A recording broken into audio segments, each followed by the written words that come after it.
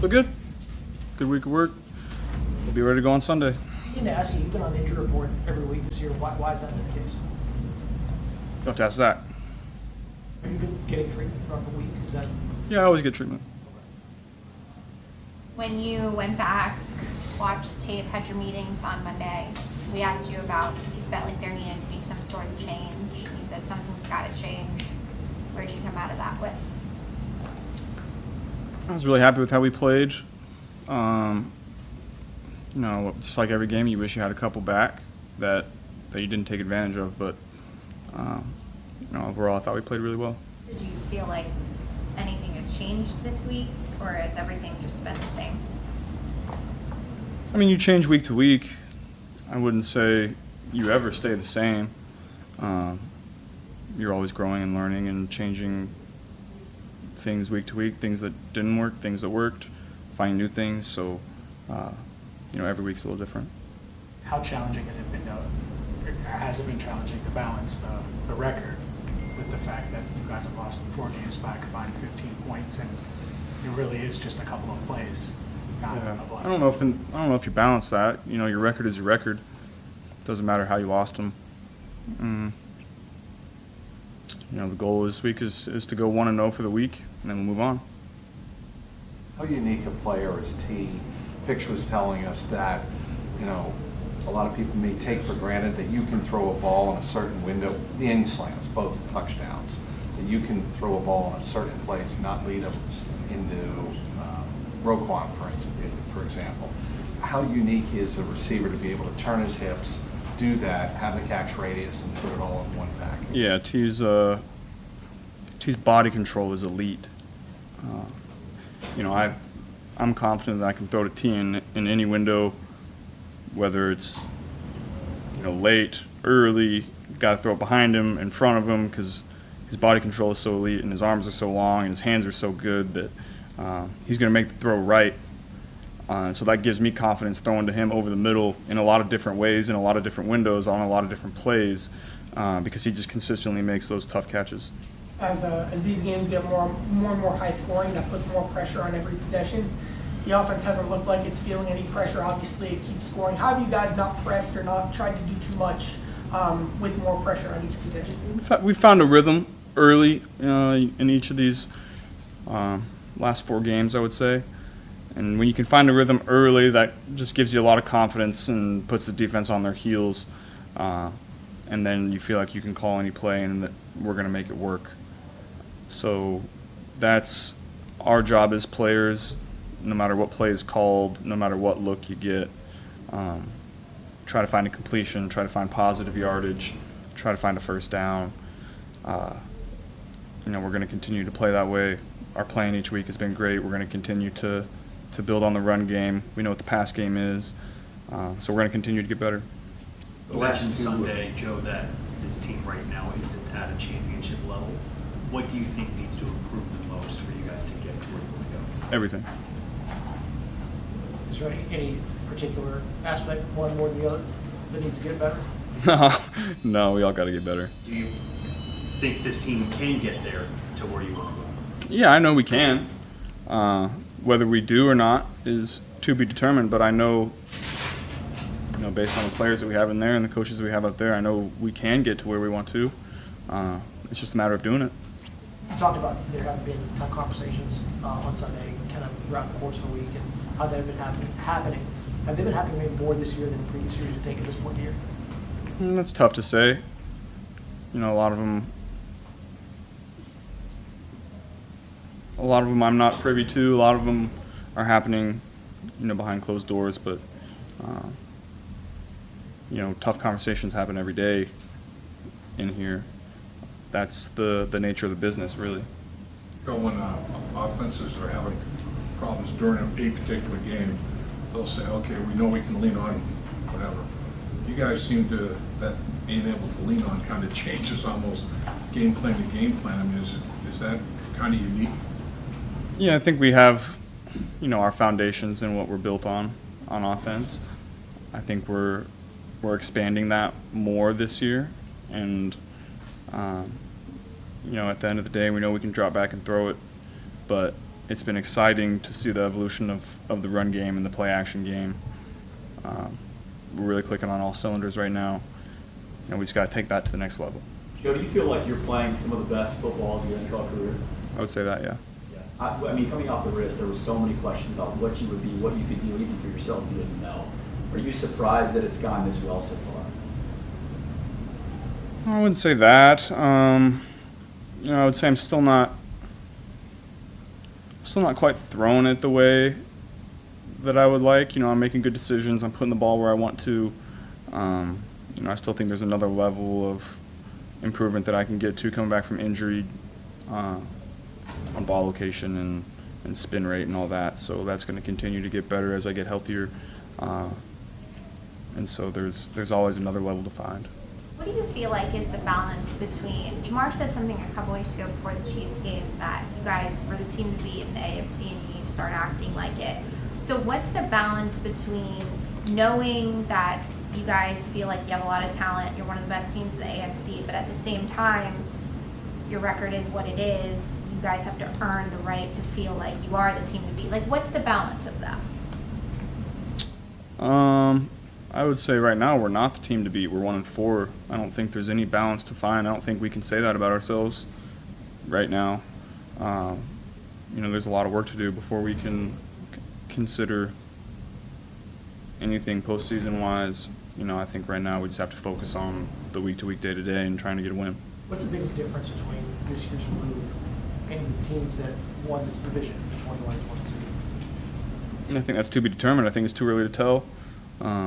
A lot of new faces, obviously, but we're 5 games in, so we still got a lot of season left to play. So I think that's a question for a later date. When you were talking about your pick on Sunday, you were like, "That's on you." Jamar was like, "It's on me." You had Evan taking blame for the kick, a lot of accountability publicly, however you want to say it.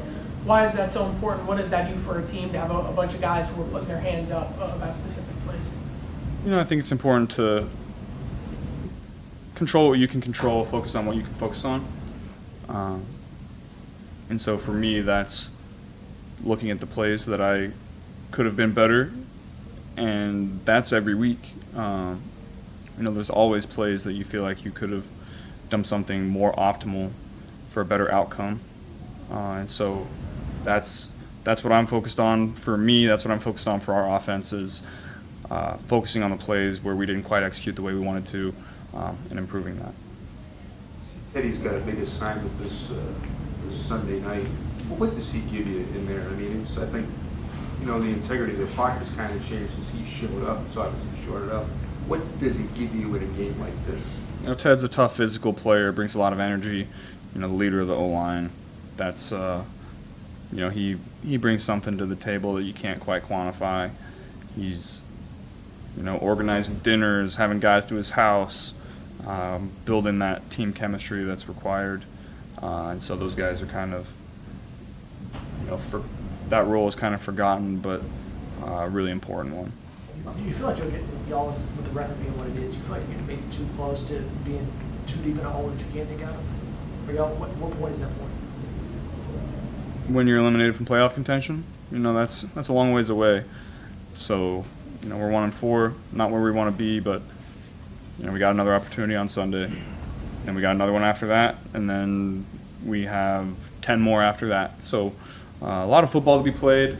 Obviously, nobody's making excuses. Nobody likes where we're at right now, but there's bright spots and there's a lot of football to be played. Last week you said you were preparing to play damn near perfect. You still weren't able to win, even though obviously you played great.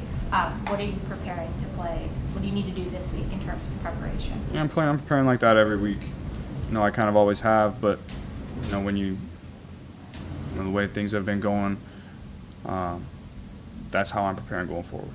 When Jamar makes a play like the touchdown, deep ball, like the screen, does it even surprise you anymore? It's almost normal at this point, seeing stuff like that. It doesn't surprise me, but it's always fun to watch and always great for the old stat line.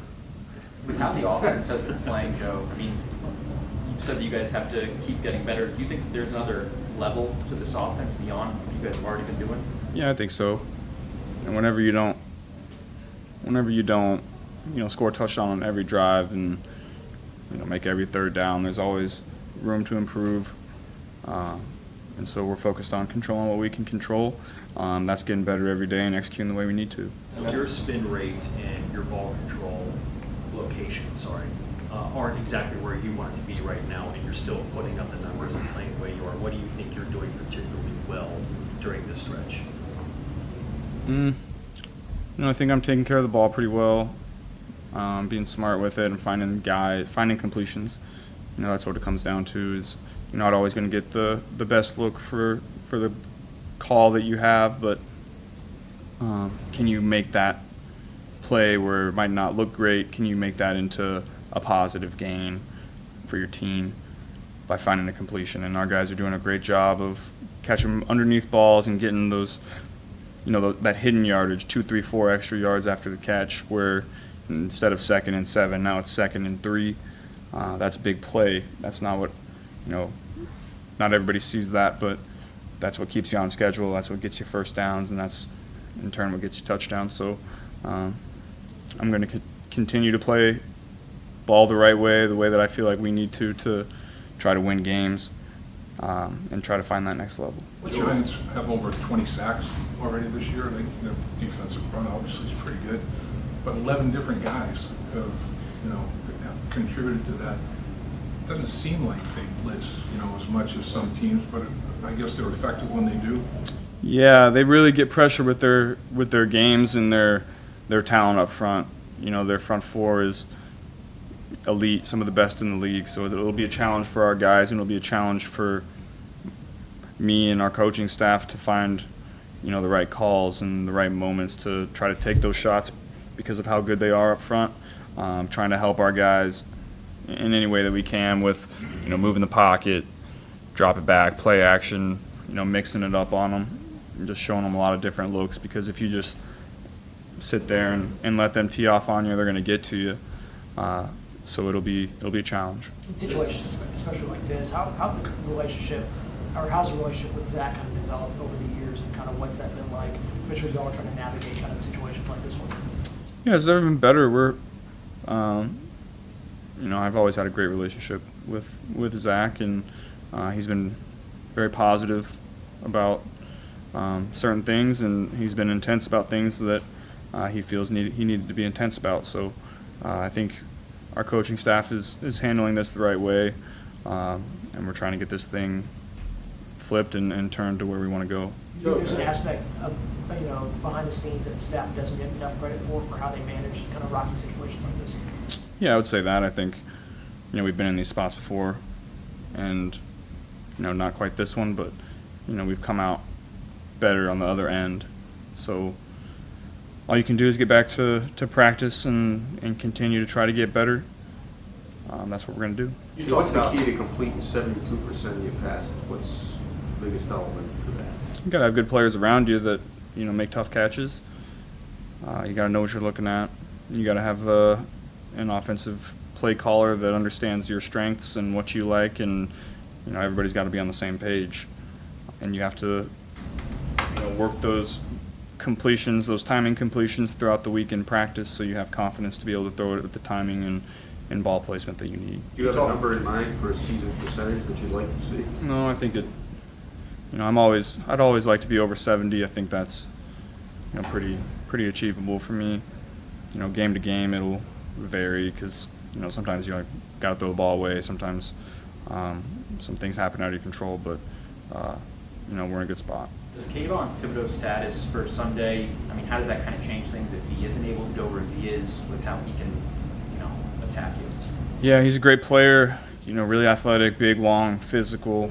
So when he's out there, you always have to be aware of him. I'm not entirely sure what his status is or if he's practicing or if he's planning on playing, but we're preparing like he is. When you talk about your spin rate and not being totally satisfied with it, do you think that's the type of thing that only you notice as a perfectionist? Do you think your receivers see a difference? Yeah, I told them they might have to catch a couple wobblers this year until we get it back on track, but that's part of coming back from injury. Is it every throw? Is it an occasional throw? How often do you feel that there's a difference? It's just occasionally. That's something that you're working through. You talk about being in similar spots in the past. A couple of years ago, mid-season, you're in a spot where you need wins, and then you rip off 10 wins in a row in the AFC Championship game. When you look back to that, what stands out to you about the team's ability to do that? Like what happened that year? Just continue to get better. That's, you're going to have injuries. Teams are going to, falter week to week. If you just consistently try to get better day to day, I think that's the recipe for success. And if you don't, then somebody else is, and you're going to end up behind everybody. So as long as everybody in this building is coming to work with the idea that they need to get better today, I think we'll be all right. Do you feel like that everybody in the building is in that spot? I would feel that way.